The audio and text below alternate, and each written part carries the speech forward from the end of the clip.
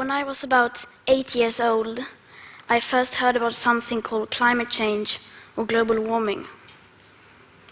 Apparently that was something humans had created by our way of living.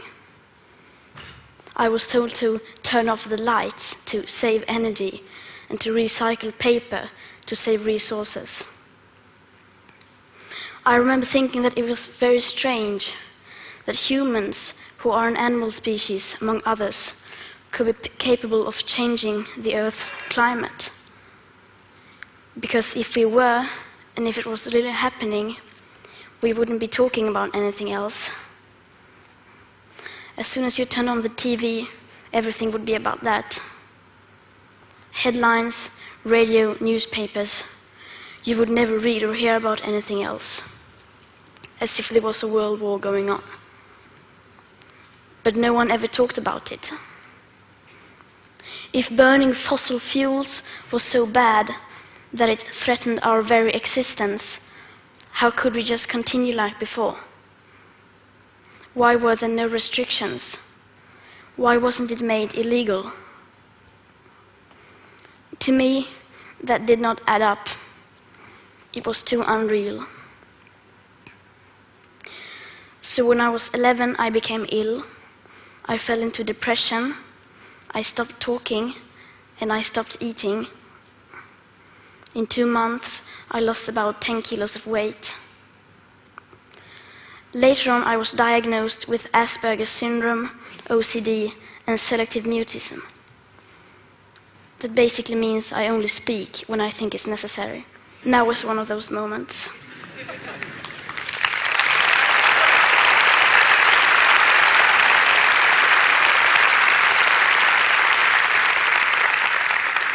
For those of us who are on the spectrum, almost everything is black or white. We aren't very good at lying, and we usually don't enjoy participating in the social game that the rest of you seem so fond of. I think in many ways that we autistic are the normal ones, and the rest of the people are pretty strange. Especially when it comes to the sustainability crisis, where everyone keeps saying that climate change is an existential threat and the most important issue of all, and yet they just carry on like before. I don't understand that, because if the emissions have to stop, then we must stop the emissions. To me, that is black or white. There are no grey areas when it comes to survival. Either we go on as a civilization or we don't. We have to change.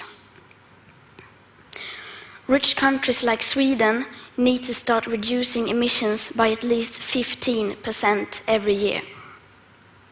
And that is so that we can stay below a 2-degree warming target.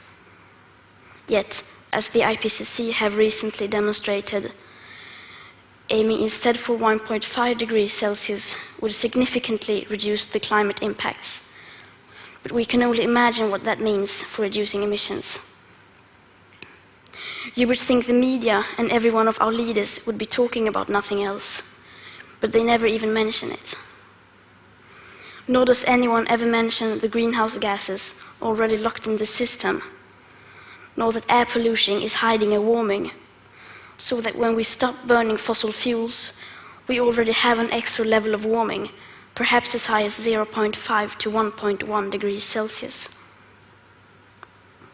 Furthermore, does hardly anyone speak about the fact that we are in the midst of the 6th mass extinction, with up to 200 species going extinct every single day.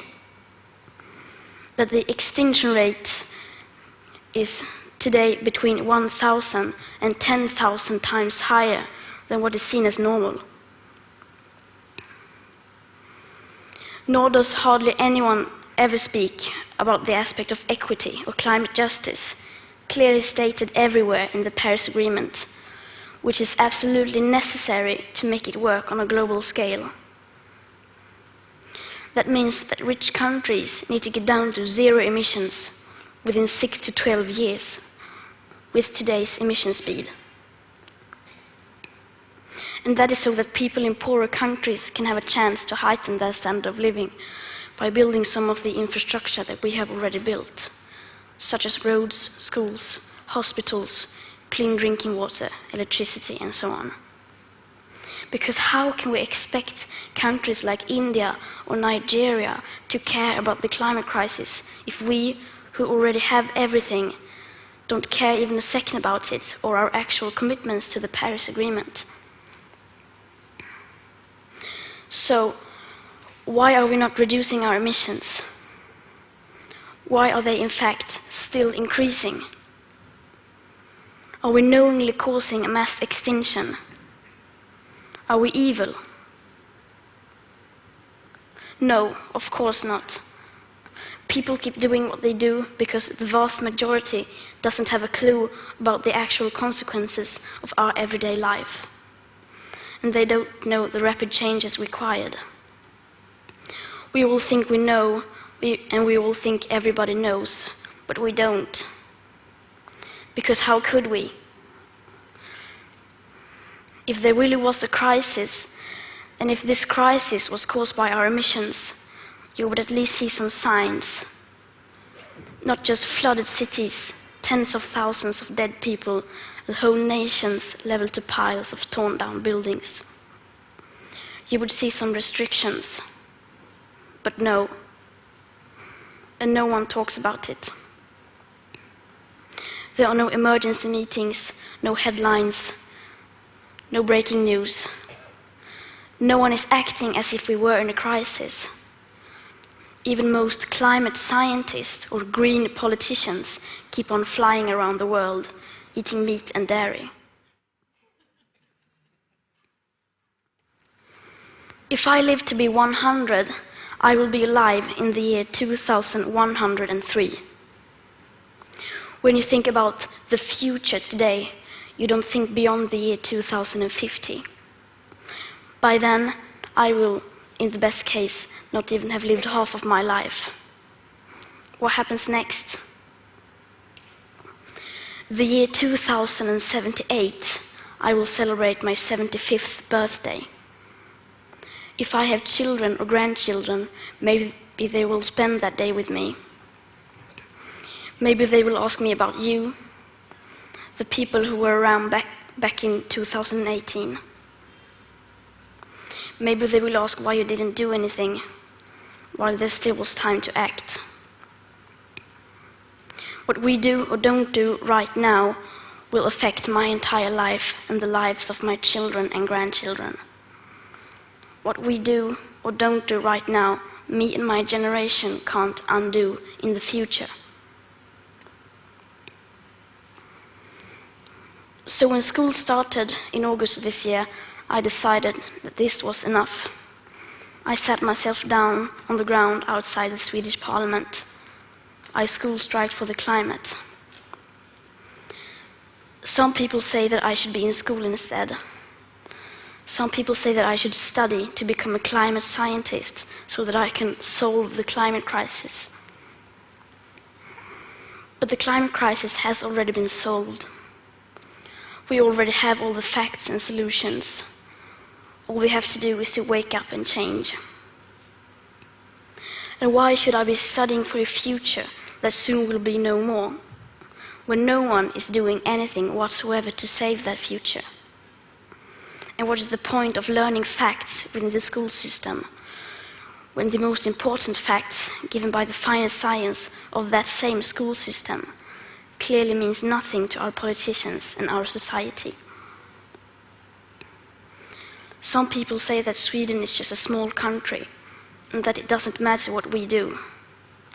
But I think that if a few children can get headlines all over the world just by not going to school for a few weeks, imagine what we could all do together if we wanted to. Now we're almost at the end of my talk. And this is where people usually start talking about hope. Solar panels, wind power, circular economy, and so on. But I'm not going to do that. We've had 30 years of pep talking and selling positive ideas. And I'm sorry, but it doesn't work. Because if it would have, the emissions would have gone down by now. They haven't. And yes, we do need hope. Of course we do. But the one thing we need more than hope is action. Once we start to act, hope is everywhere. So instead of looking for hope, look for action. Then, and only then, hope will come. Today, we use 100 million barrels of oil every single day. There are no politics to change that. There are no rules to keep that oil in the ground. So we can't save the world by playing by the rules, because the rules have to be changed. Everything needs to change, and it has to start today. Thank you.